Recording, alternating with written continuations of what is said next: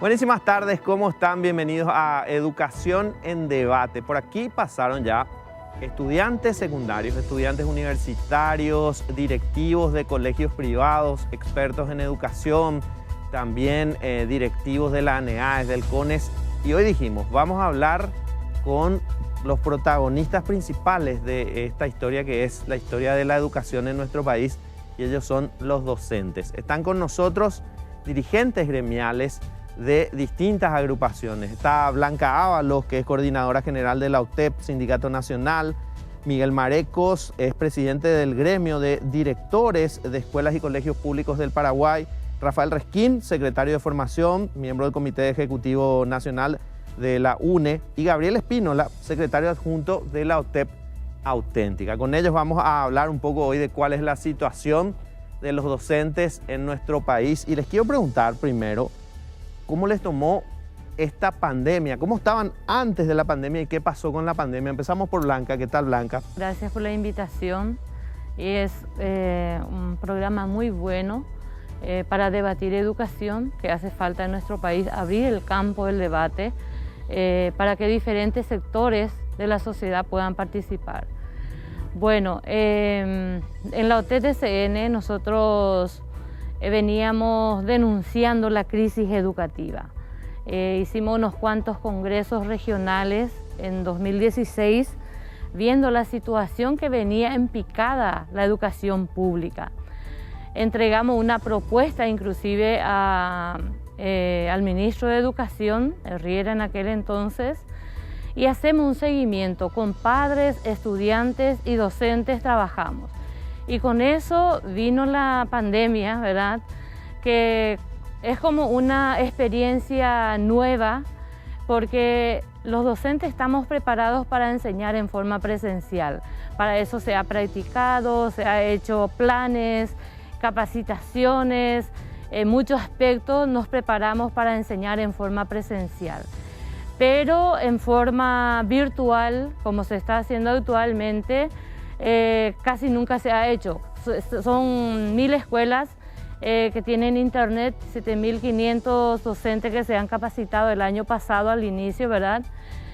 Entonces, para mí es como que nos dejó sin herramientas al principio este COVID-19, pero también los docentes no se han quedado atrás. Se han capacitado, han comprado computadoras, algunas plataformas inclusive, para que de alguna manera pueda tener conexión con sus alumnos. Porque bien o mal, Fito, son aproximadamente 11 días de clase al arrancar. Ni hemos conocido bien a nuestros alumnos para cortar de repente. Claro, porque esto vino en marzo. En marzo, el 11 de marzo. Y Cierto. El 22 de febrero había empezado el año lectivo escolar. Entonces, ni nos conocimos a nuestros padres de familia, fue bastante difícil y es hasta ahora. ¿Por qué? Porque están los niños pobres y están los niños que pueden acceder a la plataforma, que pueden comprar internet, que pueden instalar lo que sea. Pero están los que son vulnerables, los padres que están sobreviviendo, los padres que están peleando para dar comida a la familia. Entonces deja una brecha muy grande entre los que pueden y los que no pueden. Y eso es nuestra preocupación principal en este momento, en que el Ministerio tiene una visión, nosotros tenemos otra visión, y la realidad que se palpa ahí abajo, porque encontramos eso en la militancia, casa por casa, junto a nuestros compañeros, encontramos demasiadas dificultades para poder llevar en este proceso esta educación. Bueno, Gabriel, contanos un poco vos la visión que tienen ustedes desde la OTEP Auténtica. ¿Cómo les afectó la pandemia? ¿Cuál es la realidad? Y sobre todo la brecha que mencionaba recién Blanca, porque aquí ya lo discutimos. ¿Esto va a aumentar la brecha entre quienes tienen oportunidades y acceso, hablando de los estudiantes, y quienes no? Y la pandemia viene y desnuda a la política pública paraguaya en las dos principales que debería de tener todo gobierno, cuál es la de educación y de salud. Salud dispone de recursos y no la utiliza, y estamos como estamos. Ciertamente no es responsable de la presencia de la pandemia, pero la ineficacia está más que demostrada y el esquema de corrupción que se montó paralelo a eso. Educación también tiene recursos y no ha tenido la capacidad para poder enfrentar esta situación, no porque haya aparecido la pandemia que te puede sorprender, no sé, 3 días, una semana, pero ¿qué tenías como posibilidades de? Y educación no tenía. Para implementar educación a distancia por medios virtuales lo tenía, lo sigue teniendo. Y no ha hecho uso de los recursos financieros disponibles y está haciendo pagar a la comunidad, a los docentes. ¿Pagar en qué sentido? Pagar en asumir los docentes ante los padres y los estudiantes esa situación de absoluta debilidad para enfrentar esta situación. La entrega, el compromiso, el sacrificio de los docentes, eso es histórico no solo en tiempo de pandemia. No existe un sector público en el Paraguay que haya trabajado ad honorem siglos educadores, años, miles. En otros estamentos no lo encontrás esto. O sea, si vamos a hablar de sacrificio, no es precisamente en este campo que habría que requerir que se compruebe, porque eso está. Pero ante esta pandemia no podés solamente demostrar disposición, compromiso, tenés que tener las herramientas. Y una de las herramientas son las tecnologías. Y Paraguay tenía la posibilidad de afrontar con 40.500 docentes formados, con un proyecto que se aprobó el 25 de agosto del 2013, cuya culminación era a diciembre de 2019. 40.500 docentes, más de cerca de 3.000 instituciones a tener seguridad en la conectividad, formación también a los estudiantes y a las comunidades para el uso y la incorporación de las tecnologías. O sea, podíamos haber tenido cierta reserva para equiparnos y salir, pero no, lamentablemente, y aún así que llegamos a la pandemia con enfermedades de base en vez de tener un estado físico saludable. Que lo podíamos hacer, pero los responsables no son los que están en el campo. Al campo se lo envió porque estamos en esa para poder afrontar esa situación desprovisto de esas posibilidades reales. Y la proyección no es precisamente de la mejor. Paraguay está ubicado en términos de inversión no más de $940 de inversión por alumno. En la región es $2.000 por alumno. O sea, agravado ahora con que si Paraguay no tiene superior al 26-24% de conectividad en las casas, y las escuelas no es diferente. Y si la escuela se trasladó a tu casa, ¿qué casa vos tenés? Entonces, ese es un término, es una acción que se genera.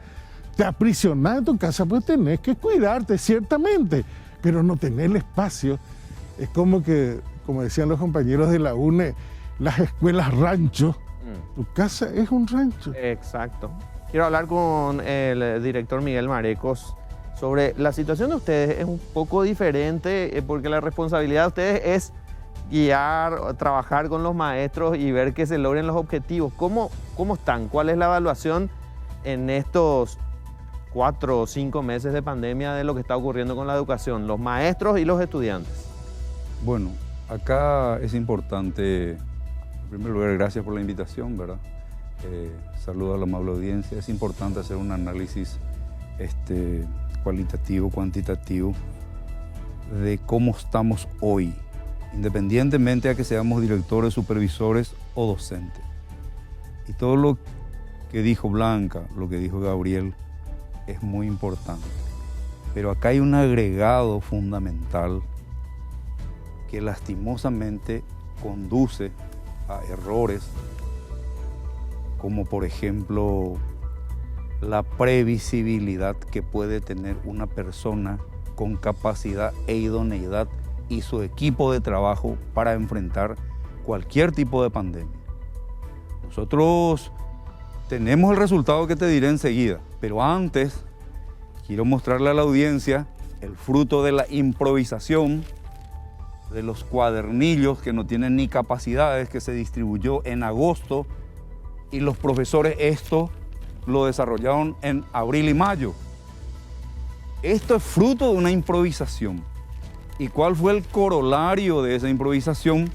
Que nosotros tuvimos una evaluación cualitativa en vez de cuantitativa. ¿Por qué tuvimos la evaluación cualitativa? Los indicadores que pudimos hacer son logrado y no logrado. ¿Por qué? Por lo que dijo Gabriel, por lo que dijo Blanca.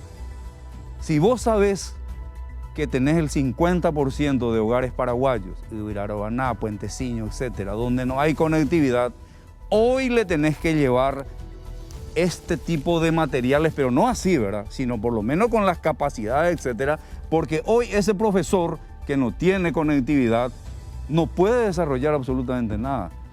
Entonces, ¿qué tuvimos que hacer? Hacer una evaluación cualitativa en la primera etapa como fruto de la improvisación. Ahora en la segunda etapa le dijimos en el Atiguazú que tuvimos, bueno señores, la película está un desastre, hagan algo para que en noviembre podamos hacer, digamos, una evaluación cuantitativa, o sea, numérica, con calificación, cosa que no se va a lograr desde nuestro punto de vista de directores, supervisores, somos técnicos también, si esto no se mejora.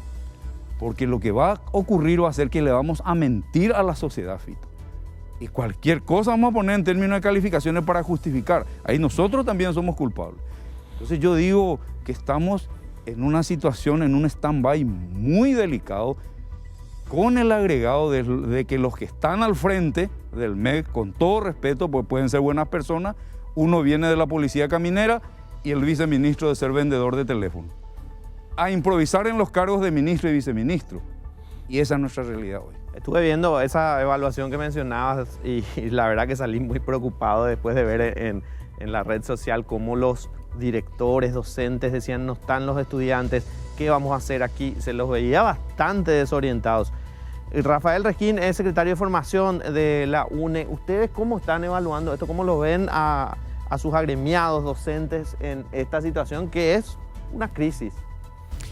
Buenas tardes, Fito, a los compañeros. Gracias por la invitación.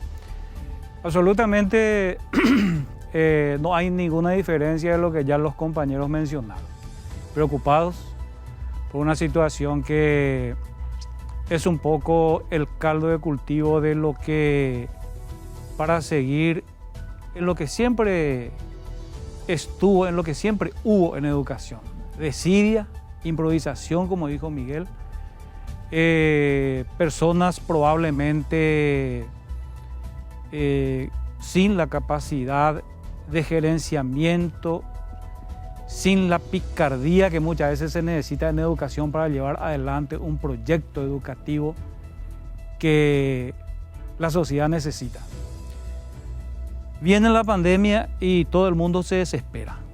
Y para no repetir ya lo que los compañeros dijeron, los compañeros saben que el gremio docente y todas las organizaciones que están dentro de ese gremio hemos insistido desde el primer momento en hacer un alto a esta situación, sentarnos a conversar, esgrimir la situación y todo lo que se pueda esgrimir de la situación, plantear cada sector, cada organización, los estudiantes, los padres de familia, el Ministerio de Educación, lo que eventualmente se podría hacer para sortear la situación de la pandemia. Pero, ¿qué es lo que hemos encontrado?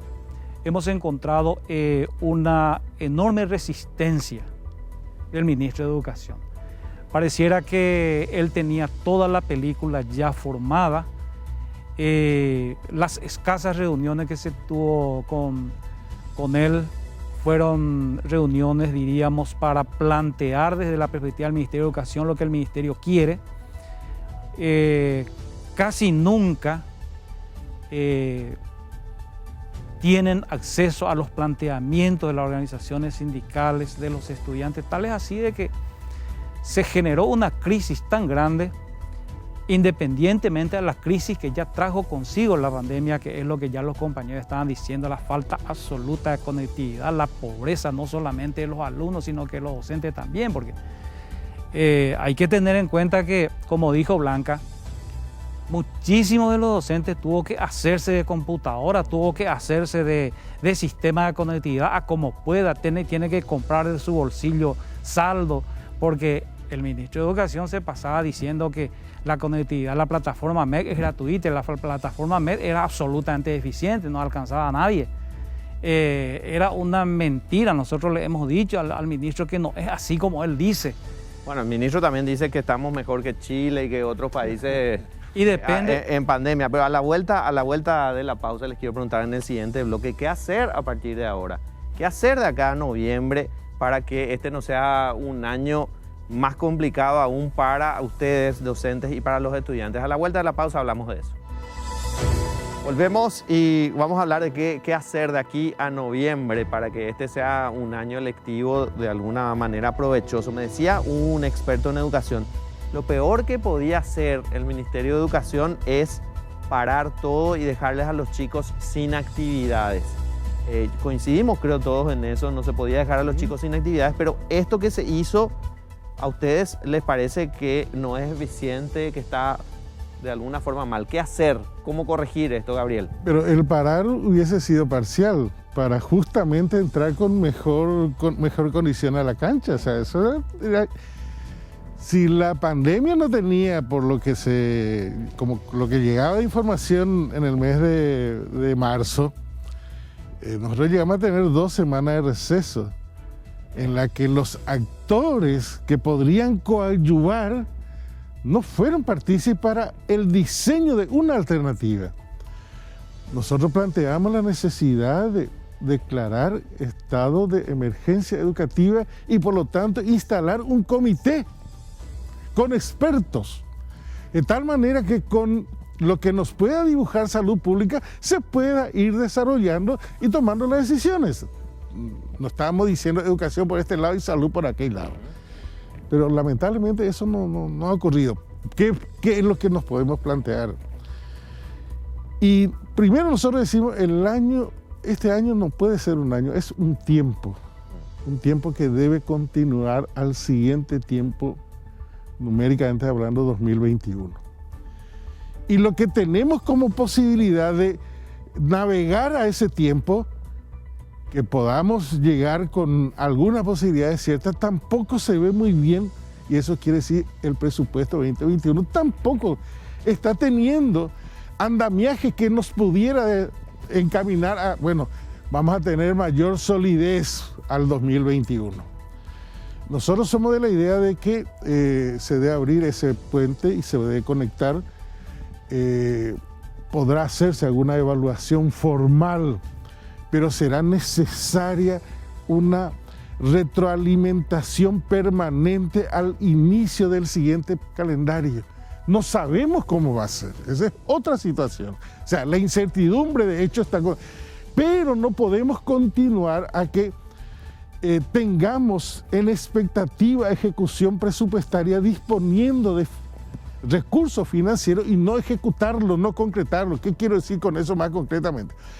Si la perspectiva no es que vayamos a estar permanentemente en las instituciones educativas, hay que reorientar la conectividad de las instituciones educativas y hay que reorientar la entrega de los aparatos tecnológicos, tanto para que se pueda asegurar que los docentes dispongan de aquello y que los estudiantes también, a fin de poder de alguna manera, no sé si llamar culminar, pero llegar a este tiempo y entrar al siguiente alargue, pero con posibilidades de mayor oxigenación. Y eso pasa por decisión política. No va a ser de ahora en más, por cierto, esa es una frase ya no va a ser igual. Y si no va a ser igual, hagamos de una manera diferente. No podemos enfrentar 2021 y los siguientes años con discurso, menos con prédica y mucho menos con fundamentalismo. Blanca, ustedes hicieron propuestas, decías, para encarar este año atípico y no fueron escuchadas, se tomó parte de las propuestas. ¿Qué proponían ustedes para mejorar la situación en esta pandemia en la educación? Bueno, nosotros presentamos 3 propuestas al inicio, porque creemos que si se abría la cancha para que haya opinión y hasta escuchar a los niños, porque acá los niños no son escuchados, los jóvenes no son escuchados. Dice el ministro que es desobediencia. ¿Y quiénes son los que reciben la educación, verdad? Son los niños, los jóvenes que no tienen participación. Entonces lo que nosotros dijimos, ¿por qué no se declara la emergencia nacional educativa, como dijo Gabriel, y no se crea una comisión de crisis, de seguimiento, de evaluación de diferentes sectores, ya que el ministerio no tiene lo que están en la cabeza, no tienen una experiencia. El ministro que es abogado y todo lo que son químicos, pero ninguno tienen una visión amplia de lo que es la educación, de la crisis, de la problemática que se pasa. Entonces se crea una comisión de crisis para poder evaluar y una comisión de preparación de la vuelta a la escuela. Porque si no se prepara, ahora nada no hay en la escuela. Y tapere, fito, la escuela es japende y tapere la en la escuela. Jaupepe coye prepara, si alguna vez vamos a volver, aunque no sea obligatoria, se tiene que preparar al niño, se tiene que preparar a los padres, se tiene que preparar la escuela, donde lavarse las manos, o son los docentes y los padres que nuevamente van a dar la plata de su bolsillo para hacer eso. Y otro gran problema es cómo enfrentar esta brecha que deja. A mí me preocupa eso, porque los niños que no acceden a la plataforma ni al WhatsApp se quedan súper atrasados. Aunque no haya aprendizaje, hay un incentivo, Rezago, claro, hay ¿no? una conexión, y eso es bueno. El ministerio tiene que buscar el mecanismo para que ponga al alcance de esos niños, de esos jóvenes, para que puedan seguir. Porque si hay deserción, yo voy a ir a la fiscalía. Esas son amenazas que no te llevan a ningún campo. Ahora hay que buscar alternativas de solución y no de amenaza, ¿verdad? ¿Por qué no revisa por qué ese niño no está conectado? ¿Por qué se conecta a la 1 de la mañana un joven? Porque 5 familias son y a la 1 le toca el teléfono, y eso es triste. Y pasa a nuestros jóvenes esa realidad. Entonces, ¿por qué no utiliza el dinero del FEI para poder conectar, para poder poner internet al acceso? Dice el ministro que no va a ser obligatorio porque las clases son para 30 y ahora no puede. ¿Por qué no hace un tinglado?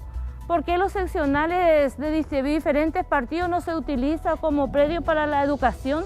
¿Por qué tanta plata se utiliza para armas, para la FTC, pero para educación no hay? Entonces, acá hay que redireccionar financiamiento para que eso pueda mirarse los diferentes frentes que tenemos, los sectores más vulnerables, los indígenas. He visto que se recorta presupuesto a las niñas. Tanta violencia hay contra las niñas, Fito. ¿Cuántas niñas son violadas en nuestro país? ¿Y cómo eso se va a debatir si no somos parte, verdad? Entonces, yo creo que hay muchas realidades y acá hay que armarse, hay que enfrentar esta crisis. Y yo digo, enfrento la crisis saliendo, debatiendo, poniendo, porque si uno se esconde, ¿qué es lo que va a hacer, verdad? Claro. Hay que enfrentarlo. Rafael, ustedes desde la UNE también hicieron propuestas. ¿Cuáles eran esas propuestas concretamente? Sí.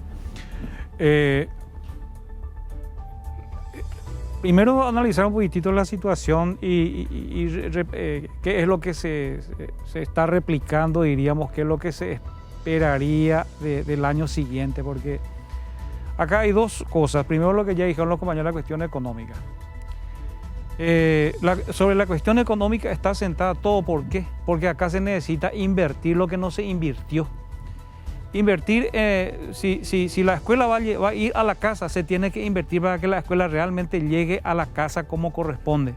Porque no llega como tiene que llegar, es lo que hoy no hay aprendizaje y no va a haber aprendizaje en esta situación, porque esta no es una clase, no son clases virtuales, sino son clases a distancia que se hace de cualquier forma.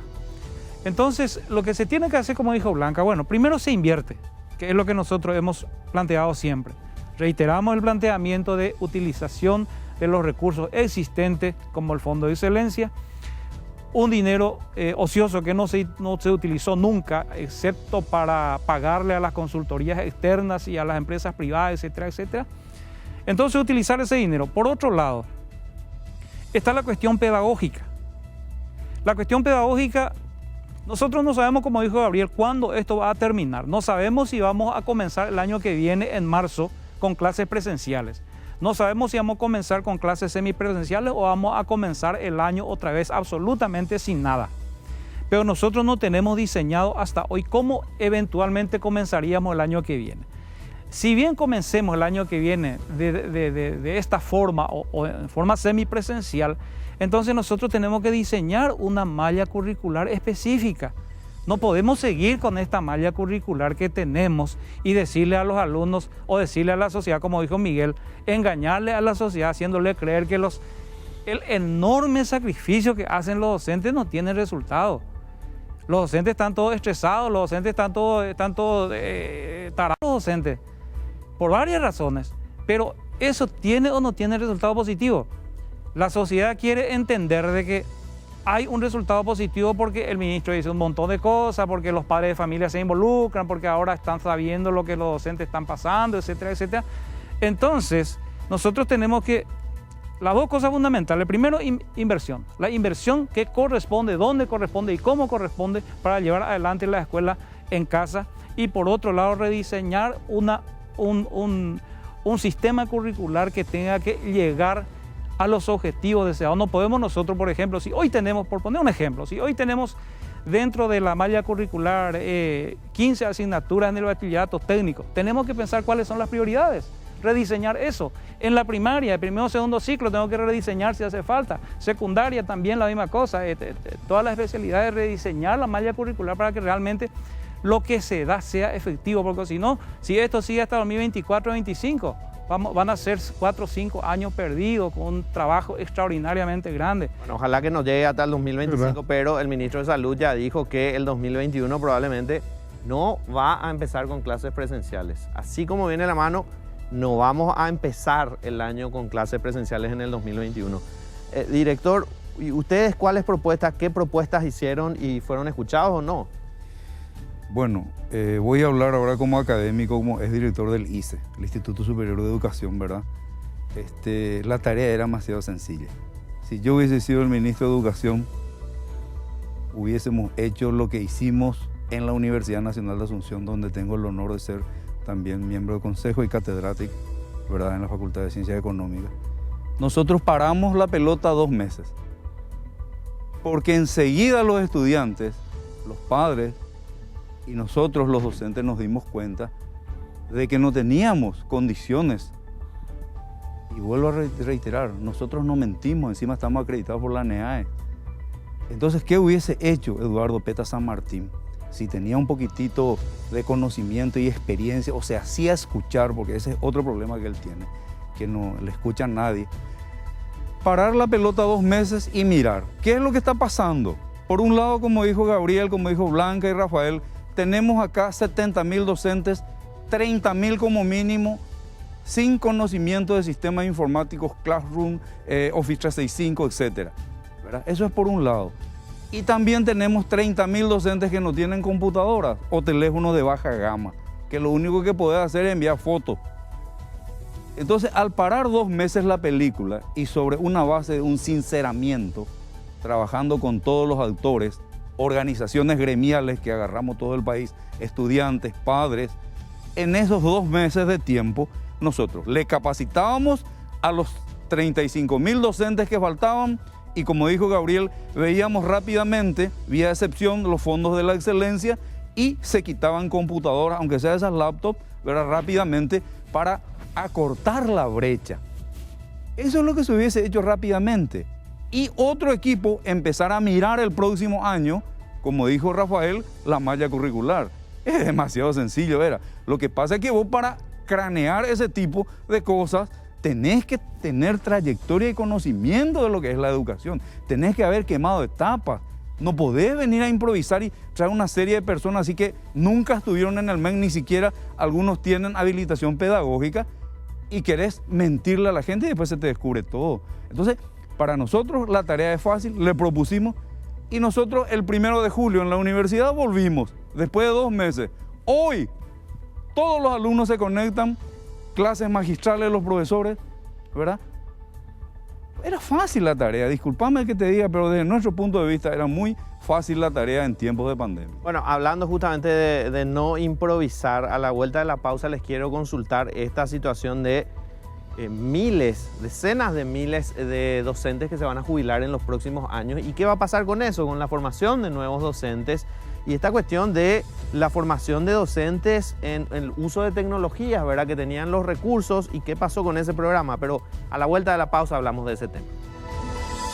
En los próximos años se jubilan decenas de miles de docentes. Es una crisis, pero también puede ser una oportunidad para formar nuevos docentes que van a ir a las aulas. Y además quiero que me hablen de este programa que tenía recursos especiales para que los docentes puedan trabajar sobre plataformas virtuales. No sé, Gabriel, empezá vos, por favor. El proyecto tiene hoy disponible 87 millones de dólares, que el señor Peta plantea reprogramar su utilización extendiéndola al 2023. Tendría que volver a reprogramarla para utilizarla de manera más inmediata a fin de que no vayamos a continuar con esta situación. Yo creo que sí es un gran desafío, no solo en lo que respecta a la formación docente. El gran desafío es en la nueva orientación que debe tener la educación pública paraguaya. Y a ese desafío tenemos, y bueno, la pandemia en todo caso nos habilita la situación. ¿Y por qué nos habilita? Pues, bueno, este no es el camino correcto. Ya vemos que no tenemos las herramientas para ir solo sobre lo tecnológico. No tenemos no solo las herramientas, la formación, la preparación, la instalación. Así. El MITIG ahora accedió a unos 62 millones de dólares para llegar a 2.500 escuelas. Caramba, estamos 8.000 a 10.000 instituciones, o sea, todavía no vamos a llegar a la mitad. O sea, vamos a tener todavía ese tipo de inconvenientes. Entonces, tomando lo que decía Blanca, taperé el año de escuela. ¿Cuál es la peor consecuencia después de la muerte de la pandemia o del coronavirus? El hambre. ¿Qué hace el Ministerio de Educación y el Ministerio de Agricultura para combinar a fin de que la escuela habilitada como tal pueda diseñarse huertas colectivas y comunitarias? Huertas en las casas que pueden proyectarse, porque eso lo va a necesitar, pues este bono se va a tener durante todo el año. Y una manera de poder sostener, y ahí podés hablar de ecología, poder hablar de medio ambiente, se puede hacer una educación real sobre tareas concretas. De tanto en tanto, y casi de manera permanente, le escuchás a Peta hablar o mencionarle a Ramón Indalecio Cardoso. Sí, señor. Pero solo porque utilizó la palabra milagro y amor. No por lo que hizo Ramón Indalecio Cardoso. ¿Y qué hizo Ramón Indalecio Cardoso? Incorporó el trabajo en la escuela. Desde la escuela para el trabajo, desde la escuela para las huertas comunitarias. Entonces, ¿y dónde está eso? O tenés que mencionar nomás porque utilizó 2 palabras, amor y milagro. Y ocurre que Ramón Indalecio Cardoso era masón. Bueno, Blanca, ahora no creo que le guste mucho eso al señor Peta, ¿verdad? Pero ¿qué va a pasar? Vamos a tener miles de docentes jubilados y se tiene que renovar la dotación del plantel de nuevos docentes. ¿Cuál es el desafío allí? Bueno, el ministerio tiene un plan de cerrar escuelas, de cerrar secciones donde hay pocos alumnos.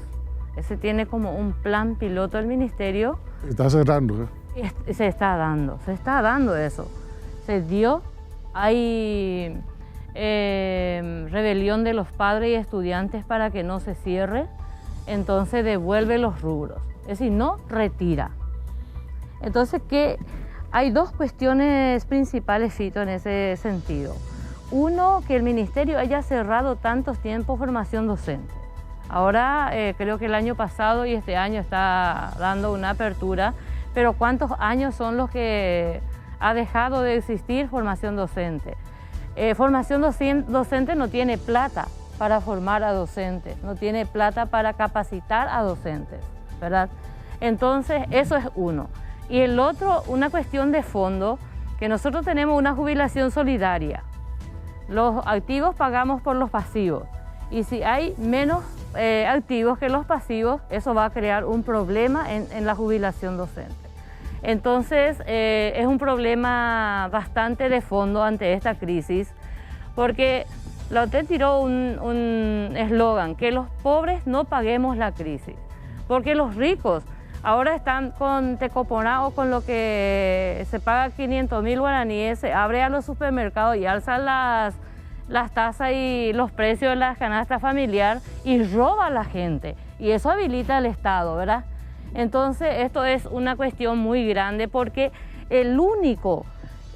yo creo que la escuela es una institución que debemos tener en cuenta dentro de la reforma educativa o la transformación educativa. ¿Por qué? Porque esa es la institución. La casa no es una escuela. Mis hermanos no son mis compañeros. Yo como maestra le tengo a otra hermana, pero esa es mi hermana, no son compañeros o colegas. Nosotros necesitamos fortalecer la institución educativa que es la escuela y eso significa muchas cosas. Entonces yo creo que aproximadamente 30.000 docentes entramos con la reforma educativa y eso es lo que está ahora empezando a jubilarse. Entonces yo creo que eso es un gran desafío para el Ministerio de Educación, para los padres, que lo poco que el Estado gasta en educación, en la institución educativa pagando salarios, no agarre y quite a los pobres lo poco que da. Tiene que haber una reforma también para la formación docente. Vos que sos secretario de formación, Rafael, en la UNE, ¿qué se tiene que cambiar para los nuevos docentes? ¿Es una oportunidad esto? Claro que sí. Nosotros en la UNE tenemos un eslogan, diríamos, que dice educación para la vida, formación para la acción ciudadana y capacitación para el trabajo. Nosotros creemos que el docente tiene que estar formado y tiene que estar capacitado realmente para formar ciudadanos para la vida. Resulta que la educación paraguaya ha formado, como dice Fernando Sabater, la educación no tiene que formar empleados, tiene que formar ciudadanos. Y lo que la educación paraguaya ha formado siempre es empleado. Empleado cada vez más sujeto al trabajo bajo presión, empleado cada vez más productivo en el sentido de tener que producir y consumir, por supuesto. Nosotros creemos que desde la perspectiva de la formación docente, nosotros necesitamos que el nuevo docente paraguayo sea un docente mucho más revolucionario. No más ese docente sumiso que tiene que estar obedeciendo recetas del Ministerio de Educación y Ciencias, que es lo que sucede y que nosotros desde los gremios estamos tratando por todos los medios de despertar a los compañeros a que sea un docente diferente, que sea un docente que sepa defender sus derechos, que sea un docente que enseñe a sus alumnos a defender sus derechos, porque nosotros necesitamos formar futuros ciudadanos. ¿Qué clase de educación nosotros necesitamos tener? Ahora se habla de la transformación educativa, pero se habla de una transformación en donde tenemos que formar jóvenes acorde a los intereses del empresariado y no formar ciudadanos críticos. El Paraguay necesita políticos menos corruptos. El Paraguay necesita jóvenes más ecuánimes en su revolución. Cuando hace, como dice el Papa Francisco, que haga lío, pero que solucione el lío que hizo. Necesitamos formar ciudadanos que tengan que ser buenos padres de familia. Necesitamos conectar el rol de la familia con la escuela desde la perspectiva de la educación. Necesitamos traer a los 45% de jóvenes de edad de 15 a 19 años que está fuera del sistema, necesitamos traerle a esa gente. Hablamos de educación inclusiva, pero un montón de gente está fuera del sistema. O sea que se tiene que hacer tantas cosas y para todas esas cosas la formación docente quiere decir mucho. ¿Por qué? Porque el docente tiene que volver a ser líder. En nuestra época de estudiar de escuelero, nuestra maestra era nuestra segunda mamá. Hoy la maestra no es ni la segunda abuela. ¿Por qué? Porque hay una desconexión entre el estudiantado y la maestra. ¿Por qué? Porque el sistema le produjo eso a la sociedad. El alumno está para juzgar a la maestra y no para acompañar no más esa relación directa maestra-alumno, escuela-familia. La familia le tiene a la escuela como una entidad que ella tiene que controlar y no como una entidad con la que tenga que colaborar para que realmente el docente haga su trabajo. Ahora le quiero preguntar al profe Miguel, ¿qué va a pasar? ¿Cuál es el panorama? Vamos a tener miles de docentes jubilados y decía Blanca, no hubo presupuesto para formación docente en los últimos años. Es importante dividir tu pregunta en dos escenarios, Fito. Un escenario actual de lo que pasó con los docentes jubilados que teniendo en el banco de elegibles o banco de datos más de 15.000 docentes no pudieron asumir, porque el ministro de Educación tenía 700 jubilaciones y no firmaba nunca. Ese es un escenario que sucedió, 40.000 alumnos en 500 instituciones, 3 meses sin docente, aumentaron los embarazos, aumentó el consumo de drogas. Ese es un escenario que queremos olvidar hoy, porque gracias a la prensa se le dijo lo que tenía que hacer. Ese es el escenario que terminó. Ahora, vamos al escenario de la enseñanza virtual, que es lo que viene a futuro. Yo tuve el honor de, al ser director del ICE en aquella época, habíamos hecho un proyecto que se llama Una computadora por alumno, Proyecto Cordillera, que es una experiencia basada en un modelo japonés, espectacular. Yo creo que los docentes que vamos a ir formando a través de los 42 IFD que tenemos, tienen que apuntar a eso, a que el docente hoy apunte a lo que va a ser la enseñanza virtual, pero ya no como ese docente tradicional de un proceso de enseñanza-aprendizaje, sino un docente que sea el guía y el orientador del alumno. Eso es lo que el ministerio debe hacer ahora para proyectar a futuro. Y no es una tarea difícil. Bueno, a la vuelta quiero hablar con ustedes sobre el presupuesto para el 2021, que es básico. Si no hay presupuesto, no hay políticas públicas. A la vuelta de la pausa. Bueno, y lo más importante para una política pública, el presupuesto 2021, ¿cuál es la expectativa, Gabriel? La expectativa nuestra es la del pueblo, la de salir de la situación en la que estamos. Pero la realidad es otra. Sí, lo que este gobierno que dice ser de la gente ha entregado como proyecto de presupuesto al 2021, tenemos presupuesto probablemente similar a la del 2014, por más que el señor Benigno diga que se sustenta en la del 2018. Tenemos 60.000 millones menos para la educación en términos globales. Tenemos derechos y beneficios incumplidos. Tenemos almuerzo y merienda escolar no universalizado, central, fundamental para afrontar cualquier crisis, mucho más una pandemia que, así como están las cosas, va a continuar. No sé si como pandemia, pero el coronavirus no se va a ir todavía de Paraguay y del mundo hasta que se tenga, en todo caso, parece ser la vacuna y que esta sea efectiva. O que se tenga que contagiar la mitad de la población mundial.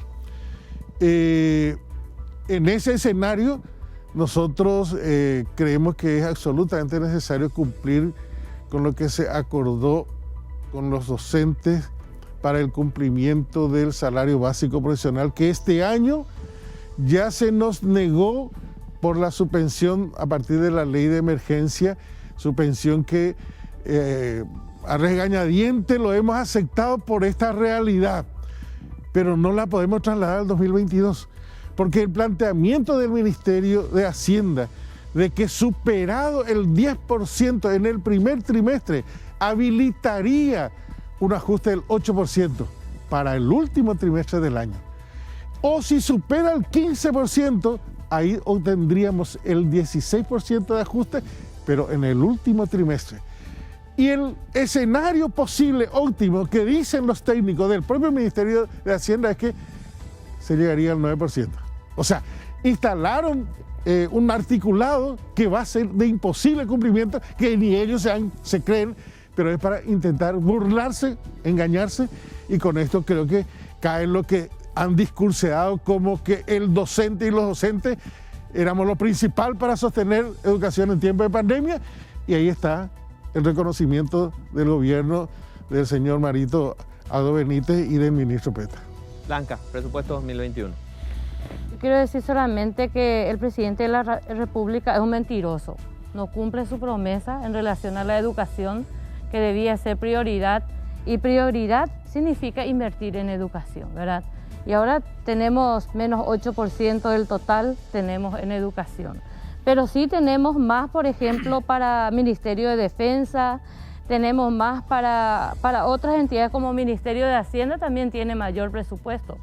Entonces, que cumpla las promesas electorales, y acá necesitamos mayor presupuesto para la vuelta a la escuela, para los protocolos, para que haya alimentación escolar. A veces, cito, la única alimentación que tienen nuestros niños es lo que recibe la alimentación escolar. Y eso están pidiendo a los gobernadores que recorte. Y no puede ser eso. ¿Por qué no recorta, por ejemplo, presupuesto de Itaipú, de los parlamentarios, para dar a la educación? Si queremos fomentar la educación, se tiene que invertir. Y acá no pasamos del 3,8%. Brevísimo, profe. Sí, coincido plenamente con los colegas. Acá está en el campo del Parlamento, nosotros vamos a luchar ahí, porque se ha cuadruplicado el esfuerzo del docente. No es el Ministerio de Educación, el docente está salvando el año, trabajando hasta las 10, las 11, las 12 de la noche.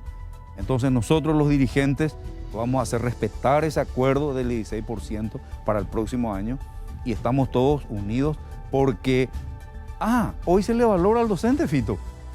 Había sido que antes todo el mundo le criticaba. No, el rol protagónico del docente es tan importante como el médico, como el policía, las Fuerzas Armadas, los periodistas, que todo el día estamos no solamente en la calle, sino luchando por una educación mejor. Rafael, finalmente. Hay una realidad, Fito, patética en el Paraguay, que es la inequidad impositiva. La enorme inequidad impositiva que hace que el 20%, el 80% de la carga impositiva recaiga sobre los pobres y el 20% nomás sobre los ricos. Esa enorme inequidad impositiva hace que el gobierno siempre diga no hay dinero.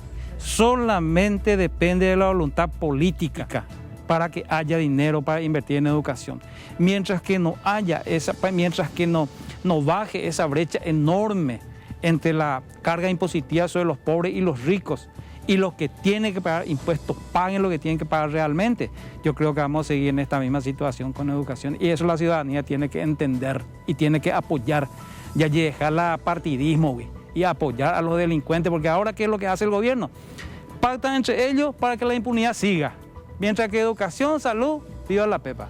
Suspendiéndose por 2 años el pago de los intereses de la deuda, se va a tener la disponibilidad de $800 millones.